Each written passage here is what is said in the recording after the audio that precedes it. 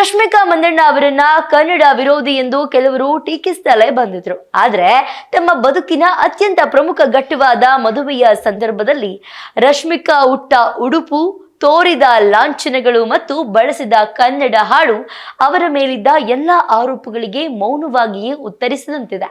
ಬೆಂಗಳೂರು ದಕ್ಷಿಣ ಭಾರತದ ಚಿತ್ರರಂಗದ most happening couple ಎಂದೇ ಗುರುತಿಸಿಕೊಂಡಿದ್ದ ನ್ಯಾಷನಲ್ ಕ್ರಶ್ ರಶ್ಮಿಕಾ ಮಂದಣ್ಣ ಮತ್ತು ಟಾಲಿವುಡ್ ರೌಡಿ ಸ್ಟಾರ್ ವಿಜಯ್ ದೇವರಕೊಂಡ ಕೊನೆಗೂ ದಾಂಪತ್ಯ ಜೀವನಕ್ಕೆ ಕಾಲಿಟ್ಟಿದ್ದಾರೆ. ಕಳೆದ ಫೆಬ್ರವರಿ 26ರಂದು ರಾಜಸ್ಥಾನದ ಅರಮನೆಯಲ್ಲಿ ಅತ್ಯಂತ ಅದ್ದೂರಿಯಾಗಿ ಜರುಗಿದ ಈ ವಿವಾಹ ಮಹೋತ್ಸವದ ಚಿತ್ರಗಳು ಎಂದಿಗೂ ಸೋಷಿಯಲ್ ಮೀಡಿಯಾದಲ್ಲಿ ಸಖತ್ತು ಟ್ರೆಂಡ್ ಆಗ್ತಿವೆ. ಆದರೆ ಮದುವೆಯ ನಂತರ ನಡೆದ ಆರತಕ್ಷತೆಯಲ್ಲಿ ರಶ್ಮಿಕಾ ಮಂದಣ್ಣ ತೋರಿದ ಕನ್ನಡ ಪ್ರೇಮ ಈಗ ಎಲ್ಲರ ಗಮನ ಸೆಳೆಯುತ್ತಿದೆ. ಟ್ರೈನ್ ಹೋದ್ಮೇಲೆ ಟಿಕೆಟ್ ತಗೊಂಡ್ರ ರಶ್ಮಿಕಾ ಮಂದಣ್ಣ ಅವರಿಗೆ ಕನ್ನಡ ವಿರೋಧಿ ಎಂದು ಟೀಕೆ. ಮದುವೆ ಬಳಿಕ ರಶ್ಮಿಕಾಗೆ ಬಂತು ಕನ್ನಡ ಹಾಡಿನ ಮೇಲೆ ಪ್ರೀತಿ.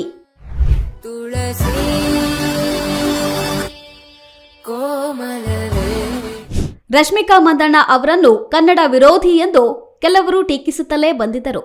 ಆದರೆ ತಮ್ಮ ಬದುಕಿನ ಅತ್ಯಂತ ಪ್ರಮುಖ ಘಟ್ಟವಾದ ಮದುವೆಯ ಸಂದರ್ಭದಲ್ಲಿ ರಶ್ಮಿಕಾ ಉಟ್ಟ ಉಡುಪು, ತೋರಿದ ಲಾಂಛನಗಳು ಮತ್ತು ಬಳಸಿದ ಕನ್ನಡ ಹಾಡು ಅವರ ಮೇಲಿದ್ದ ಎಲ್ಲ ಆರೋಪಗಳಿಗೆ ಮೌನವಾಗಿಯೇ ಉತ್ತರಿಸಿದಂತಿದೆ.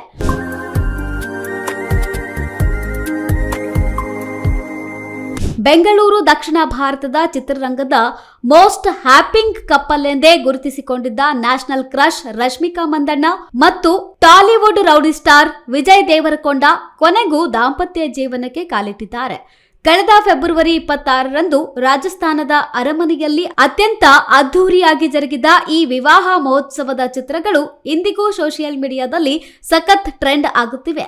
ಆದರೆ ಮದುವೆಯ ನಂತರ ನಡೆದ ಆರಕ್ಷತೆಯಲ್ಲಿ ರಶ್ಮಿಕಾ ಮಂದಣ್ಣ ತೋರಿದ ಕನ್ನಡ ಪ್ರೇಮ ಈಗ ಎಲ್ಲರ ಗಮನ ಸೆಳೆಯುತ್ತಿದೆ. ಮಾರ್ಚ್ 4ರಂದು ನಡೆದ ಅದ್ದೂರಿ ಆರಕ್ಷತೆ ಸಮಾರಂಭದಲ್ಲಿ ರಶ್ಮಿಕಾ ಮಂದಣ್ಣ ಅವರ ಉಡುಪಿನ ಆಯ್ಕೆ ಎಲ್ಲರ ಹುಬ್ಬೇರಿಸುವಂತೆ ಮಾಡಿದೆ.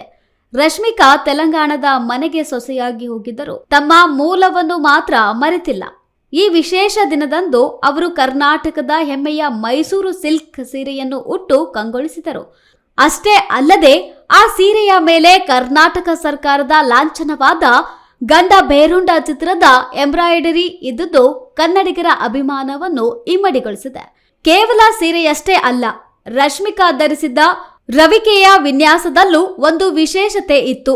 ಕೊಡಗಿನ ಕುವರಿಯಾದ ರಶ್ಮಿಕಾ ತಮ್ಮ ಸಮುದಾಯದ ಸಂಪ್ರದಾಯವನ್ನು ಬಿಂಬಿಸುವಂತೆ ರವಿಕೆಯ ಹಿಂಭಾಗದಲ್ಲಿ ಕೊಡವರ ಪವಿತ್ರ ಲಾಂಛನಗಳಾದ ಪೀಚೆ ಕತ್ತಿ ಮತ್ತು ಬಂದೂಕಿನ ಚಿತ್ರಗಳನ್ನು ಬಿಡಿಸಿದರು.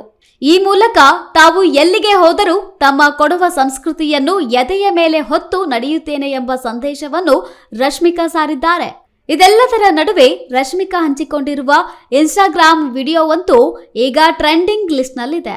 ತಮ್ಮ ಮದುವೆಯ ಸುಂದರ ಕ್ಷಣಗಳ ವಿಡಿಯೋಗೆ ರಶ್ಮಿಕಾ ಹಿನ್ನೆಲೆ ಸಂಗೀತವಾಗಿ ಬಳಸಿಕೊಂಡಿರುವುದು ಪುರಂದರ ದಾಸರ ರಚನೆಯ ಏಳಮ್ಮ ತುಳಸಿ ಎಂಬ ಕನ್ನಡ ಹಾಡನ್ನು. ಇತ್ತೀಚೆಗೆ ಯುವ ಸಂಗೀತ ನಿರ್ದೇಶಕ ಕೆ ಸುಮೇಧ್ ಅವರು ಅತ್ಯಂತ ಆಧುನಿಕವಾಗಿ ಮತ್ತು ಮಧುರವಾಗಿ ಸಂಯೋಜಿಸಿರುವ ಈ ಹಾಡು ಈಗಾಗಲೇ ಯೂಟ್ಯೂಬ್ನಲ್ಲಿ 70 ಲಕ್ಷಕ್ಕೂ ಹೆಚ್ಚು ವೀಕ್ಷಣೆ ಪಡೆದು ದಾಖಲೆ ಬರೆದಿದೆ. ಇದೇ ಹಾಡನ್ನು ರಶ್ಮಿಕಾ ತಮ್ಮ ಲೈಫ್ನ ಅತಿ ದೊಡ್ಡ ಸಂಭ್ರಮಕ್ಕೆ ಬಳಸಿರುವುದು ವಿಶೇಷ. ಕಳೆದ ಕೆಲವು ವರ್ಷಗಳಿಂದ ರಶ್ಮಿಕಾ ಮಂದಣ್ಣ ಅವರನ್ನು ಕನ್ನಡ ವಿರೋಧಿ ಎಂದು ಕೆಲವರು ಟೀಕಿಸುತ್ತಲೇ ಬಂದಿದ್ದರು. ಆದರೆ ತಮ್ಮ ಬದುಕಿನ ಅತ್ಯಂತ ಪ್ರಮುಖ ಘಟ್ಟವಾದ ಮದುವೆಯ ಸಂದರ್ಭದಲ್ಲಿ ರಶ್ಮಿಕಾ ಉಟ್ಟ ಉಡುಪು, ತೋರಿದ ಲಾಂಛನಗಳು ಮತ್ತು ಬಳಸಿದ ಕನ್ನಡ ಹಾಡು ಅವರ ಮೇಲಿದ್ದ ಎಲ್ಲ ಆರೋಪಗಳಿಗೆ ಮೌನವಾಗಿಯೇ ಉತ್ತರಿಸಿದಂತಿದೆ. ಹೊರ ರಾಜ್ಯದಲ್ಲಿ ನೆಲೆಸಿದರೂ ತನ್ನ ನಾಡು, ನುಡಿ ಮತ್ತು ಸಂಸ್ಕೃತಿಯನ್ನು ಮರೆಯದ ರಶ್ಮಿಕಾ ಅವರ ಈ ನಡೆಗೆ ಈಗ ಕರ್ನಾಟಕದಾದ್ಯಂತ ಮೆಚ್ಚುಗೆ ವ್ಯಕ್ತವಾಗುತ್ತಿದೆ. ಒಟ್ನಲ್ಲಿ ವಿಜಯ್ ಮತ್ತು ರಶ್ಮಿಕಾ ಜೋಡಿ ಈಗ ಬಾಲಿವುಡ್ನಿಂದ ಹಿಡಿದು ಸ್ಯಾಂಡಲ್ವುಡ್ ವರೆಗೆ ಹಾರ್ಟ್ ಆಫ್ ದಿ ಟೌನ್ ಆಗಿ ಮಿಂಚುತ್ತಿದೆ.